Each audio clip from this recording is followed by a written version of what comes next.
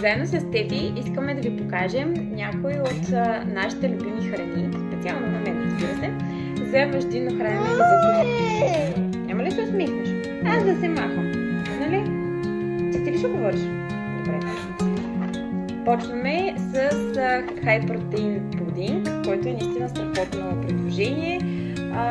Този с шоколад има и вкус ванилия, като за 100 грама протеинов пудинг имаме целите 10 грама белтъци, страхотен за закуска или междинно хранене.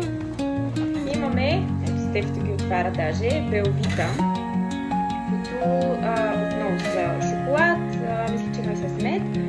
Тук са 5 пакетчета, като всяко едно пакетче има 4 бисквитки и калориите за 4 бисквитки са 198. Страхотни са и са пълнозърнести, т.е. не засищат за по-дълго време. Сега ги маркирам. Така. Следващите са мюсли барчета, които са отново с вкус на шоколад.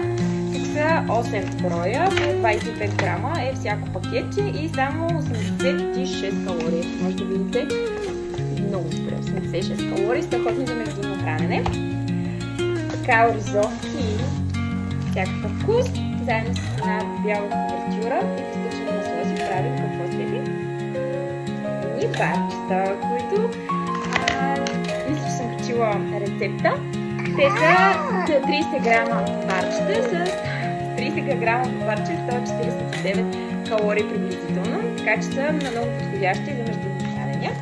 И последното е хай протеин шоколад с бял шоколад по-скоро, с криспита, да кажа намален. Така че ще го пробвам. Не си мислете, че е ниско калоричен, 484 калории за 100 грама, този шоколад е 90 грама. Но пък и белтъците са много високи, т.е. за 100 грама са 30 грама белтъци, така че хапвайте си от време на време, но в умерено количество, за да не се превишавате дневния прием. И хайде да кажем чао! Чао!